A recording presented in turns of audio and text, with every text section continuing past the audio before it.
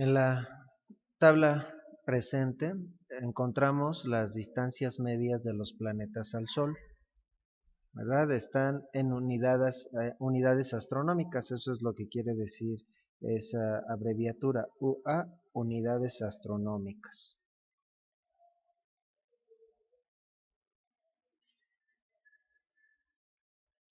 Y como puedes notar, están ordenados de menor a mayor distancia,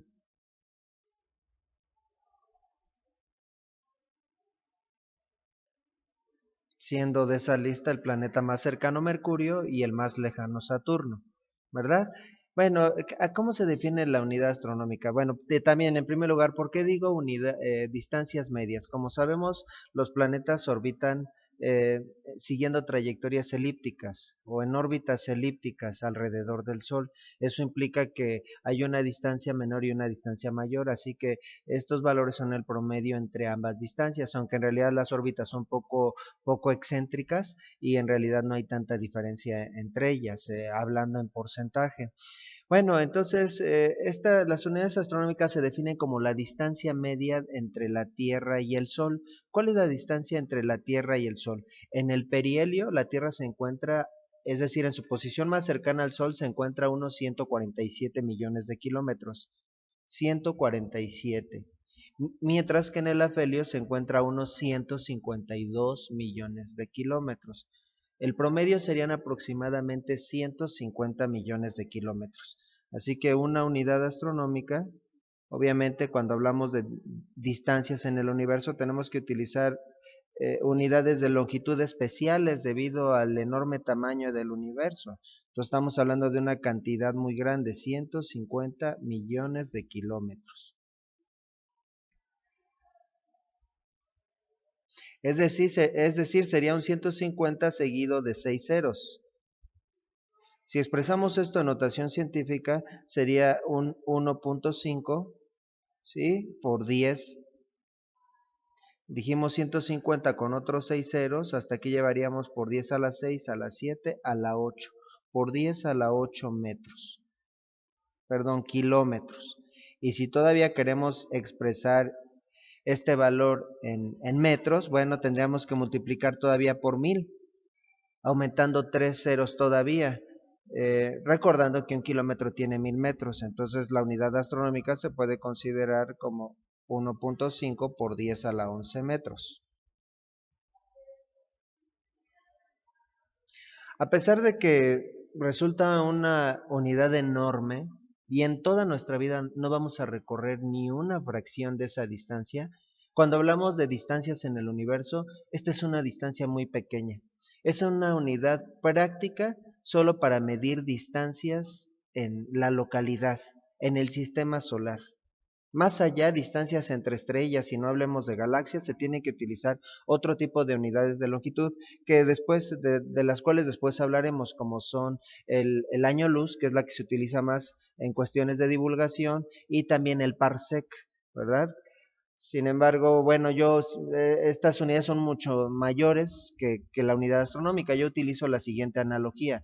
Las unidades astronómicas son como los milímetros para medir en el universo, solo para medir lo más cerca, mientras que el año luz y el parsec resultarían ser como una especie de kilómetros y millas, siendo el parsec la unidad de longitud más grande que se utiliza en la astronomía, e incluso se habla todavía de megaparsecs, millones de parsecs. Como vuelvo a repetir, después hablamos de esas unidades de longitud. Bueno, entonces estas unidades son prácticas para que podamos comparar la distancia, por ejemplo, de los planetas al Sol con la de la Tierra. ¿Sí? Por definición, la distancia al Sol de la Tierra es 1, ¿sí? Se encuentra una unidad astronómica, entonces podríamos analizar los valores de esta tabla. Entonces eso quiere decir que Mercurio se encuentra a un 39% de distancia del Sol con respecto a la distancia que se encuentra la Tierra de este mismo. Venus a cerca de 3/4 partes. Marte a una vez y media la distancia del Sol de la que se encuentra la Tierra. Júpiter 5 veces más lejos que la Tierra, 5.2 veces exactamente. Y Saturno 9.5, aproximadamente 9.5 veces más lejos del Sol que la Tierra. Esas son las unidades. Ahora, Si nosotros hacemos una gráfica, digamos que todos los planetas estuvieran alineados, ¿verdad? Encontraríamos, bueno, en una recta numérica ubicamos esos valores, prácticamente ubicamos esos valores en la recta numérica, encontraríamos que su distribución sería más o menos la siguiente. No es exactamente esta. Encontraríamos que los primeros planetas se encuentran más cercanos entre sí y a medida que vamos avanzando con respecto a los planetas, la distancia entre los planetas subsiguientes va siendo cada vez mayor. Algo así como el cambio de posición en el movimiento uniformemente acelerado, ¿no? Esto hizo sugerir por mucho tiempo si no habría alguna relación matemática entre esa sucesión de valores. ¿Habrá acaso una sucesión matemática? ¿Habrá alguna regla, pues, una regla matemática en esta sucesión de valores? Por ejemplo, en las siguientes secuencias hay una regla matemática, 2, 4, 6, 8, etcétera. Es fácil predecir cuál sería el siguiente número, el 10, ¿verdad? Hay otras sucesiones que a lo mejor no son tan fáciles de encontrar la regla matemática y que sin embargo hay una regla matemática en esas sucesiones. Pensemos ahora en la siguiente secuencia de valores. Por ejemplo, entre muchas que podríamos utilizar, 2, 8, 18, 32 y 50. ¿Habrá alguna regla matemática? ¿Podríamos predecir cuál es el valor que sigue en esta secuencia? Bueno, generalmente la técnica para averiguarlo es sacar la relación que hay entre cada valor de esta serie y el siguiente. Entonces, por ejemplo, entre estos dos valores hay una diferencia de 6, entre estos dos valores una diferencia de 10, de 8 a 18 hay 10, de 18 a 32 hay 14, de 32 a 50 tendríamos una diferencia de 18. ¿Verdad? Entonces es fácil darse cuenta cuál sería la diferencia entre este número y el siguiente. Cada diferencia va aumentando en 4 unidades, entonces entre este valor y el siguiente debería haber una diferencia de 22, ¿verdad? Siendo entonces el siguiente número de esta serie el 72, y eso se puede expresar como una regla matemática, ¿no? Entonces digamos que este es el número 1 de la serie, el 2, el 3, el 4, el 5, el 6. Entonces, la regla matemática en este caso sería igual a 2 por n al cuadrado, donde n representa el número en esa serie. Entonces, por ejemplo, el primer número sería 2 por 1, 2 al cuadrado, 2 por 1 al cuadrado, serían 2, luego 2 por 2 al cuadrado son 4 y por 2 da 8, 3 al cuadrado son 9, por 2 18 y así sucesivamente. Entonces la pregunta era, ¿habrá alguna relación matemática entre, habrá la distribución de los planetas, pues, respetará alguna regla matemática? Tal vez uno de los primeros en sugerir que habría una regla matemática entre la distribución de los planetas fue Kepler, ¿verdad? Nada más que no de una forma tan matemática, sino más bien geométrica, tomando en cuenta que a él le encantaba la geometría, ¿verdad? Su idea era más o menos la siguiente. Lo voy a explicar en 2 dimensiones, aunque él hablaba en 3 dimensiones. Supongamos que este círculo representa la órbita de Mercurio. Pobre Kepler, sabemos que las órbitas no son circulares, sino elípticas, y él más tarde lo descubrió. Sin embargo, en un inicio esto es lo que pensaba. Supongamos que esa es la órbita de Mercurio. Si pudiéramos introducir a esa órbita o encontrar el, el cuadrado que encierra perfectamente esa órbita, ¿verdad? Algo así como lo siguiente, un cuadrado que encierre la órbita y luego encontramos el círculo que represente la órbita, bueno, el círculo que encierre perfectamente a ese cuadrado, ¿pudiera ser acaso esa la órbita de Venus? ¿Esta podría ser la órbita de Venus? Y luego, si ese círculo, bueno, encontramos el triángulo equilátero que encierra perfectamente a ese círculo, y luego a su vez ese triángulo lo metemos dentro de otro círculo que lo encierre perfectamente, ¿podría ser esa la órbita de la Tierra? Algo así.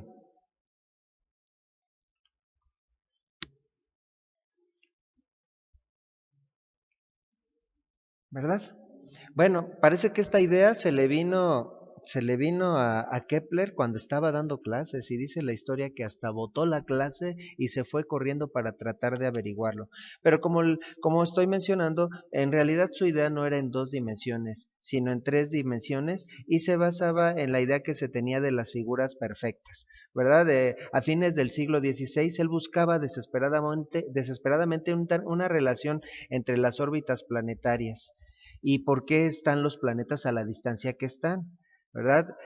Y esto lo sugería la idea de que existían hasta su fecha, eran conocidos 6 planetas. Históricamente, desde las culturas antiguas, se conocían solo 6 planetas, los que son visibles a simple vista, sin el uso de telescopios. Y por otro lado, los griegos tenían la idea de que existían 5 poliedros regulares. Entonces, él se imaginaba que si metíamos, pero él se estaba imaginando las órbitas como esferas, si metíamos cada una de esas esferas que representaban la órbita de los planetas dentro de esos 5 poliedros perfectos que consideraban los griegos o poliedros regulares, esas podrían ser las relaciones entre los planetas. En su libro Mysterium Cosmographicum plantea esta idea. Incluso él estuvo trabajando en una maqueta con poliedros regulares y esferas. Y fue un trabajo que le significó mucho tiempo y dedicación, una maqueta como la que podemos ver en la figura. Eh, Semiesferas inscritas en poliedros regulares. Él hablaba de poliedros como el tetraedro, el cubo, el icosaedro, el dodecaedro, los cinco poliedros regulares que existen, ¿verdad? Bueno, lamentablemente, posteriormente con su descubrimiento de que las órbitas de los planetas son elípticas y a pesar de su duro trabajo, todo esto fue olvidado posteriormente por Kepler o fue desechado. Sin embargo, la pregunta quedaba en el aire. ¿Habrá alguna relación matemática en la sucesión de los planetas? Bueno, varias fórmulas se propusieron, pero la de mayor interés histórico fue la propuesta por un matemático alemán de nombre Johannes Titius y que fue publicada en 1772 por Johann Bode. En realidad el que trabajó en esta regla fue Titius. Lamentablemente muchas veces el mérito se lo llevan otros, quien no trabajó tanto en esta, que en este caso fue Johann Bode, por ser él el director del observatorio de Berlín, ¿verdad? Entonces, por eso a esta regla se le conoce como la regla de Titius-Bode. Su idea era la siguiente. Vamos a imaginar o vamos a iniciar con la siguiente sucesión. El 0 y después del 0 el 3. Y a partir del 3 cada número de esta serie va a ser igual al doble del anterior. Entonces el siguiente número en esta serie sería el 6, después el 12, después el 24, el 48, el 96. Como siguiente paso, a cada número de esta serie vamos a sumarle 4. Entonces ahora los números serían 4, 7, 10, 16, 28, 52 y 100. Y finalmente vamos a dividir entre 10 los valores que nos quedaron en la serie anterior. Entonces, ¿cuáles serían los valores para la serie anterior? Bueno, pues si estás de acuerdo conmigo, serían 0.4, 0.7, 1, 1.6, 2.8, 5.2 y 10, que se aproximan bastante, pero con un detalle, que hay un número que nos sobra y que está entre el cuarto y el quinto planeta, ¿verdad? Si ponemos aquí los valores según la asociación, vemos que son aproximados a lo que indica la regla de Titius-Bode. Siguiendo esta misma sucesión, ¿verdad? Y bueno, en donde realmente vemos que no, los valores no son no son exactos, sino que concuerdan razonablemente con las distancias de Mercurio a Saturno y tomando en cuenta que estamos ignorando el quinto número de la secuencia. Y en el caso de Saturno, la coincidencia, bueno, la coincidencia es muy grande en todos los casos, salvo con Saturno, en donde ya no es tan aproximadamente, ya no es tan aproximado el valor, ¿verdad? Con esa diferencia de entre 10 que dice la regla y 9.5, que es la distancia a la que se encuentra Saturno, ¿verdad? Bueno, en esta sucesión entonces el siguiente número, ¿cuál sería? Bueno, el siguiente número, siguiendo con esta sucesión, el doble de 96 sería 192, sí, que sumándole 4 serían 196, ¿verdad? Y que luego dividiéndolo entre 10 sería 19.6.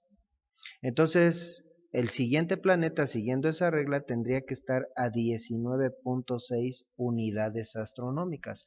Posteriormente, en 1781, el astrónomo y compositor, por cierto, William Herschel, descubrió Urano.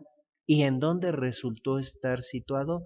Exactamente donde se esperaba, de acuerdo con la regla de Titius-Bode. La distancia a Urano es de 19.19 unidades astronómicas, es decir, como predecía la regla de Titius-Bode. Entonces, esto hizo pensar a muchos astrónomos que tal vez había algo como indicaba la progresión de Titius-Bode, algún cuerpo que tendría que estar entre Marte y Júpiter, ¿verdad? Es decir, el planeta X, un planeta desconocido, y entonces los astrónomos se dieron a la tarea de ir a la casa de ese planeta desconocido. Bueno, poniendo los valores que hasta ahorita llevamos, el de eh, Neptuno serían 19, su distancia real es 19.19. Así que eso de exactamente es una exageración. Aproximadamente se encuentra a la misma distancia a la que se encuentra, aproximadamente a la misma distancia que predecía la regla de Titius-Bode. Recuerda entonces, el planeta X debería estar a 2.8 unidades astronómicas. Este es un detalle interesante.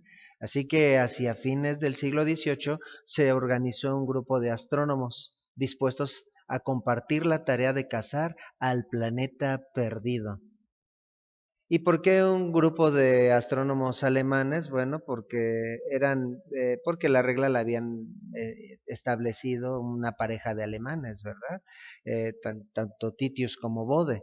Pero grande fue la desilusión de este grupo al enterarse de que un forastero, ¿verdad? Un italiano, un siciliano les había ganado la partida. El astrónomo siciliano Giuseppe Piazzi, observando, y aquí vemos una gran coincidencia. ¿Cuándo se descubrió el planeta X?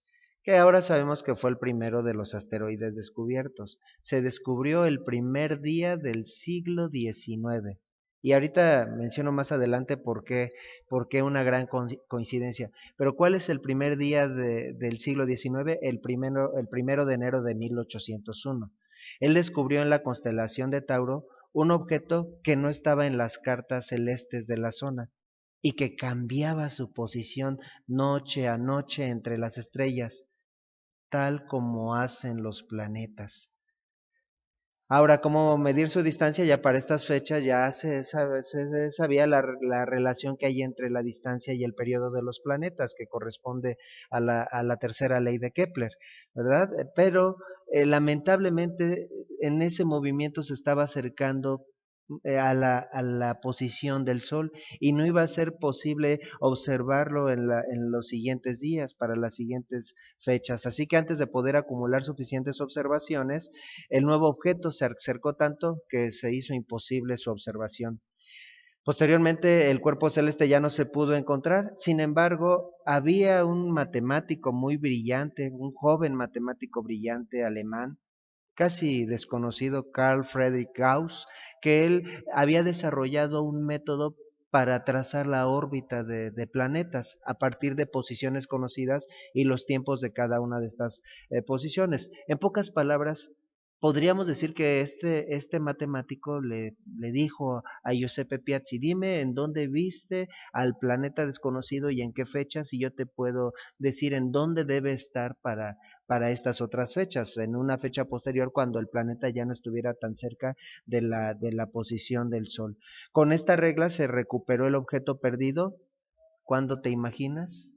Dijimos que fue visto por primera vez el primer día del siglo XIX, el 1 de enero de 1801, y fue reencontrado, por decirlo así, el último día del mismo año, la última noche, el 31 de diciembre de 1801. Y este cuerpo, que se consideraba entonces el planeta perdido, fue bautizado como Ceres, en honor o por la diosa tutelar de Sicilia. Y precisamente su órbita resulta estar entre Marte y Júpiter, a una distancia de 2,77 unidades astronómicas, con un periodo de 4,6 años, ¿verdad?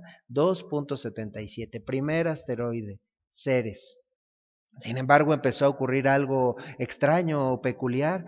En 1802, y tomando en cuenta que había un grupo de cazadores del planeta perdido, ¿verdad? Y habían otros en esta búsqueda, en 1802, un astrónomo alemán, Heinrich Olbers, ¿verdad? Miembro del grupo de búsqueda, encontró otro cuerpo celeste que resultó ser el segundo asteroide, llamado Pallas, que orbita al Sol a la misma distancia a la que se encuentra Ceres.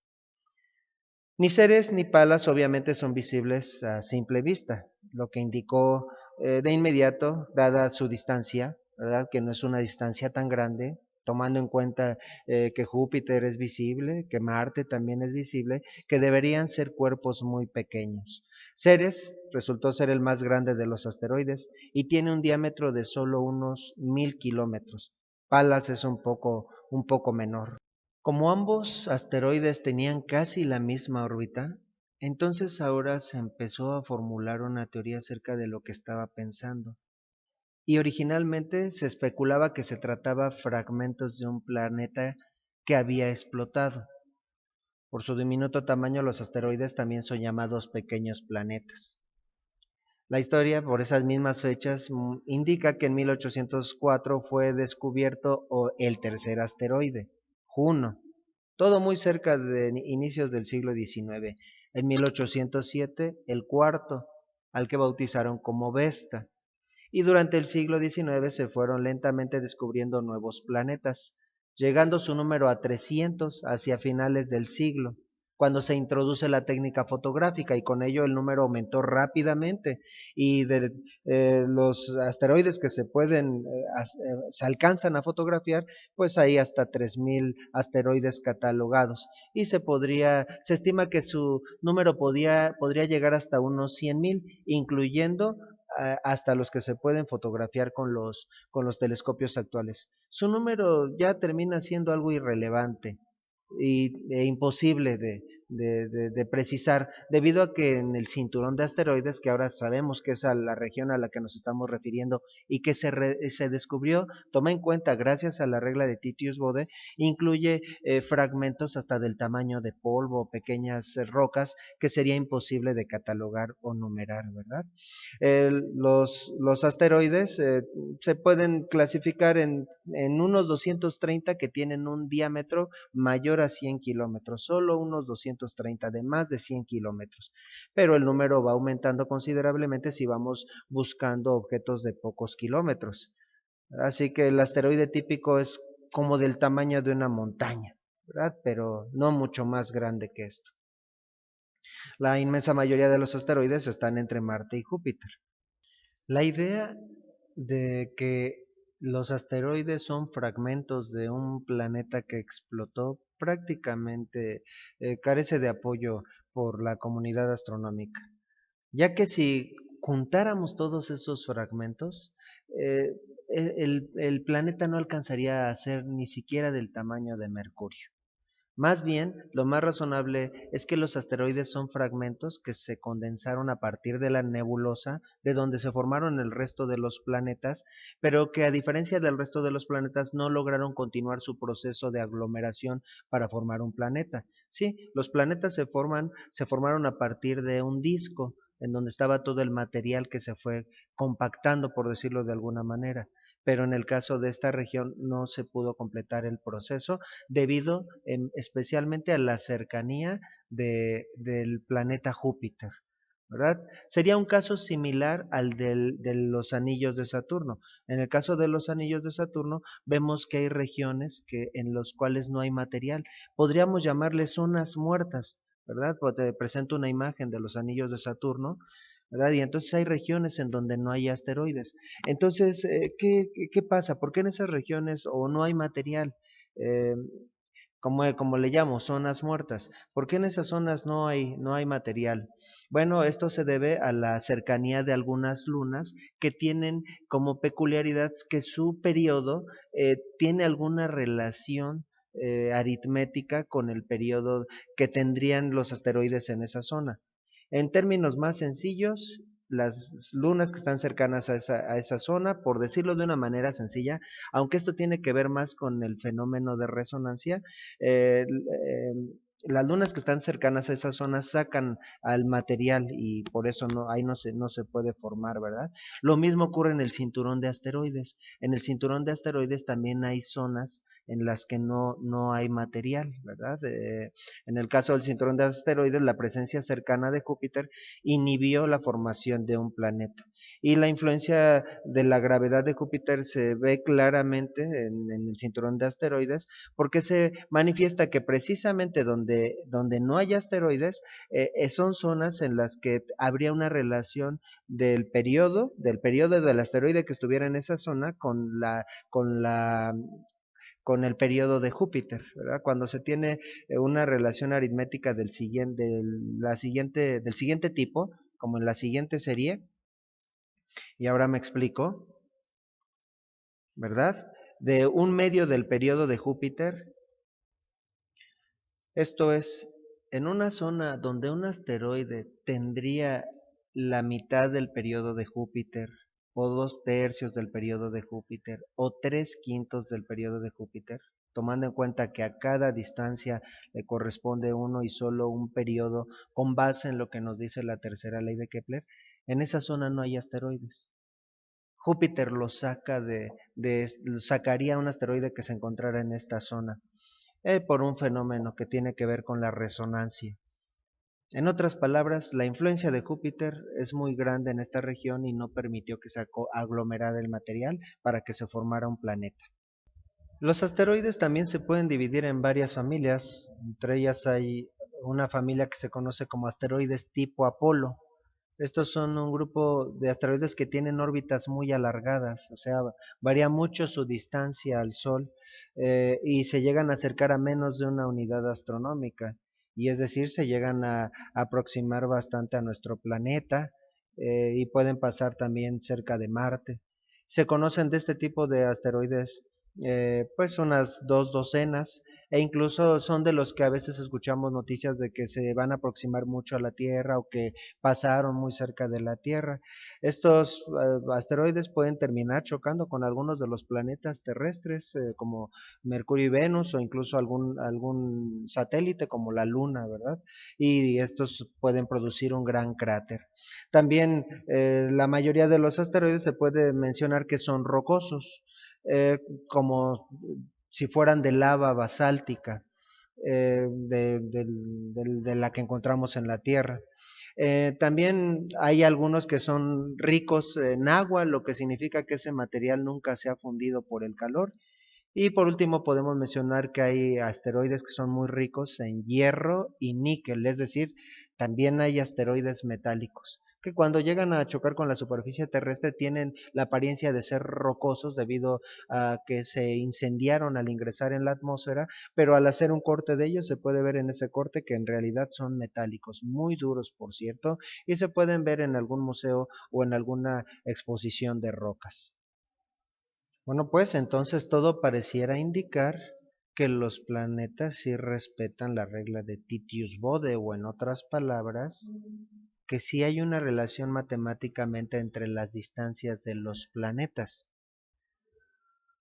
¿Será cierto esto? Bueno, ¿cuál serían las siguientes distancias según esta regla? El siguiente número en esta sucesión sería un 384 en la primera serie para tal vez Neptuno y un 768 para Plutón. Si le sumamos 4, como habíamos hecho para anteriormente, entonces aquí tendríamos un 388 y aquí un 772. Y luego al dividirlo entre 10 tendríamos como siguientes números de la serie de Titius-Bode un 38.8 y un 77.2. ¿Serán acaso las distancias correspondientes a Neptuno y Plutón? Bueno,